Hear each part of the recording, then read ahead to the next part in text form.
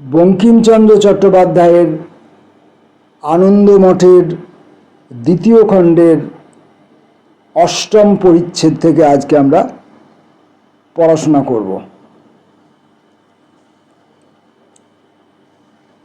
সে রাত্রি শান্তি মঠে থাকিবার অনুমতি পাইয়াছিলেন।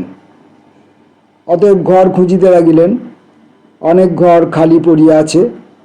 গোবর্ধন নামে একজন পরিচারক, সেও ক্ষুদ্রদরের সন্তান, প্রদীপ হাতে করিয়া ঘর দেখাইয়া বেড়াইতে লাগিল। কোনোটাই শান্তির পছন্দ হইল না। হতাশ হইয়া গোবর্ধন ফিরিয়া সত্যানন্দের কাছে শান্তিকে লইয়া চলিল। শান্তি বলিল, ভাই সন্তান, এই দিকে যে ঘর রইল এ তো দেখা হইল না। গোবর্ধন বলিল, ওসব খুব ভালো ঘর বটে, কিন্তু ও সকলের লোক আছে। শান্তি, কারা আছে? গোবর্ধন, বড় বড় সেনাপতি আছে। শান্তি, বড় বড় সেনাপতি কে? গোবর্ধন, ভবানন্দ, জীবানন্দ, ধীরানন্দ, জ্ঞানানন্দ, মঠ আনন্দময়। শান্তি বলল, ঘরগুলো দেখি, চলো না। গোবর্ধন শান্তিকে প্রথমে ধীরানন্দের ঘরে লইয়া গেল। ধীরানন্দ মহাভারতের দ্রোণ পর্ব পড়িতেছিলেন। অভিমন্যু কি প্রকারে সপ্তরথীর সঙ্গে যুদ্ধ করিয়াছিল তাহাতেই মন নিবিষ্ট। তিনি কথা কহিলেন না। শান্তি সেখান হইতে বিনা বাক্য ব্যয়ে চলিয়া গেল। শান্তি পরে ভবানন্দের ঘরে প্রবেশ করিল। ভবানন্দ তখন ঊর্ধ্বদৃষ্টি হইয়া একখানা মুখ ভাবিতেছিলেন। কাহার মুখ তাহা জানি না, কিন্তু মুখখানা বড় সুন্দর। কৃষ্ণ কুঞ্চিত, সুগন্ধি, অলোক রাশি, আকর্ণ প্রসারী ভ্রুযুগের উপর পড়িয়া আছে। মধ্যে অনিন্দ ত্রিকোণ ললাটদেশ মৃত্যুর করাল কাল ছায়ায় গাহমান হইয়াছে। যেন সেখানে মৃত্যু ও মৃত্যুঞ্জয় দ্বন্দ্ব করিতেছে। নয়ন মুদ্রিত, ভুজুগ স্থির, ওষ্ঠ নীল, গণ্ড পাণ্ডুর, নাসা শীতল, বক্ষ উন্নত, বায়ু বসন বিক্ষিপ্ত করিতেছে। তারপর যেমন করিয়া স্মরণ মেঘ বিলুপ্ত চন্দ্রমা ক্রমে ক্রমে মেঘদল উদ্ভাসিত করিয়া আপনার সৌন্দর্য বিকশিত করে, যেমন করিয়া প্রভাত সূর্য তরঙ্গাকৃত মেঘমালাকে ক্রমে ক্রমে সুবর্ণীকৃত করিয়া আপনি প্রদীপ্ত হয়, দিগমঙ্গল আলোকিত করে, জলস্থল কীটপতঙ্গ প্রফুল্ল করে, তেমনি সেই সব দেহে জীবনের শোভার সঞ্চার হইতেছিল। আহা, কি শোভা! ভবানন্দ তাই ভাবিতেছিল। সেও কথা কহিল না। কল্যাণীর রূপে তাহার হৃদয় কাতর হইয়াছিল। শান্তির রূপের উপর সে দৃষ্টিপাত করিল না। শান্তি তখন গৃহান্তরে গেল। জিজ্ঞাসা করিল, এটা কার ঘর? গোবর্ধন বলিল, জীবানন্দ ঠাকুরের। শান্তি, সে আবার কে? কই, কেউ তো এখানে নেই। কোথাও গিয়েছেন, এখনই আসবেন। এই ঘরটি সকলের ভালো। তা এই ঘরটা তো হবে না। কেন? জীবানন্দ ঠাকুর এখানে থাকেন। তিনি না হয় আর একটা ঘর খুঁজে নিন। তা কি হয়? যিনি এ ঘরে আছেন তিনি কর্তা বললেই হয়, যা করেন তাই হয়। শান্তি, আচ্ছা তুমি যাও, আমি স্থান না পাই গাছতলায় থাকিব। এই বলিয়া গোবর্ধনকে বিদায় দিয়া শান্তি সেই ঘরের ভিতর প্রবেশ করিল।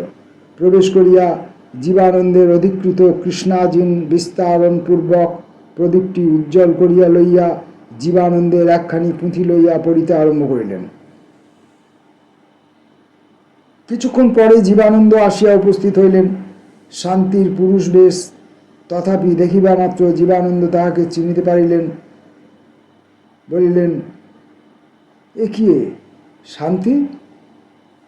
শান্তি ধীরে ধীরে পুঁথিখানি রাখিয়া জীবানন্দের মুখের পানি চাহিয়া বলিল, শান্তি কে মহাশয়? জীবানন্দ অবাক। শেষে বলিলেন, শান্তি কে মহাশয়? কে তুমি? তুমি শান্তি নও? শান্তি ঘৃণার সহিত বলিল, আমি নবীনানন্দ গোস্বামী। এই কথা বলিয়া সে আবার পুঁথি পড়িতে মন দিল। জীবানন্দ উচ্চহাস্য করিয়া বলিলেন, এ নতুন রঙ্গ বটে। তারপর নবীনানন্দ। এখানে কি মনে করে এসেছো? শান্তি বলিল, ভদ্রলোকের মধ্যে এই রীতি প্রচলিত আছে যে প্রথম আলাপে আপনি মহাশয় ইত্যাদি সম্বোধন করিতে হয়। আমিও আপনাকে অসম্মান করিয়া কথা কহিতেছি না, তবে আপনি কেন আমাকে তুমি তুমি করিতেছেন? যে আজ্ঞে বলিয়া জীবানন্দ গলায় কাপড় দিয়া জোর হাত করিয়া বলিলেন, এক্ষণে বিনীতভাবে ভৃত্যের নিবেদন, কি জন্য ভরইপুর হইতে এই দীন ভবনে মহাশয়ের শুভাগমন হইয়াছে, আজ্ঞা করুন। শান্তি অতি গম্ভীরভাবে বলিল, ব্যঙ্গেরও প্রয়োজন দেখিতেছি না। ভরইপুর আমি চিনি না। আমি সন্তান ধর্ম গ্রহণ করিয়া আসিয়া আজ দীক্ষিত হইয়াছি। জীবানন্দ, আর সর্বনাশ! সত্য নাকি? শান্তি, সর্বনাশ কেন? আপনিও দীক্ষিত? তুমি যে স্ত্রীলোক, সে কি? এমন কথা কোথা পাইলেন? আমার বিশ্বাস ছিল আমার ব্রাহ্মণী স্ত্রী জাতীয়। ব্রাহ্মণী আছে নাকি? ছিল তো জানি। আপনার বিশ্বাস যে আমি আপনার ব্রাহ্মণী? জীবানন্দ আবার জোর হাত করিয়া গলায় কাপড় দিয়া অতি বিনীতভাবে বলিল, আগে হ্যাঁ মহাশয়। শান্তি বলিল, যদি এমন হাসির কথা আপনার মনে উদয় হইয়া থাকে, তবে আপনার কর্তব্য কি বলুন দেখি? জীবানন্দ, আপনার গাত্রবরণখানি বলপূর্বক গ্রহণান্তর অধর সুধা পান। শান্তি বলিল, এ আপনার দুষ্টু বুদ্ধি অথবা গঞ্জিকার প্রতি অসাধারণ ভক্তির পরিচয় মাত্র। আপনি দীক্ষাকালে শপথ করিয়াছেন যে স্ত্রীলোকের সঙ্গে এক আসনে উপবেশন করিবেন না। যদি আমাকে স্ত্রীলোক বলিয়া আপনার বিশ্বাস হইয়া থাকে, এমন সর্পের রজ্জুভ্রম অনেকেরই হয়, তবে আপনার উচিত যে পৃথক আসনে উপবেশন করেন। আমার সঙ্গে আপনার আলাপও অকর্তব্য। এই বলিয়া শান্তি পুনরপি পুস্তকে মন দিল। পরাস্ত হইয়া জীবানন্দ পৃথক শয্যা রচনা করিয়া শয়ন করিলেন।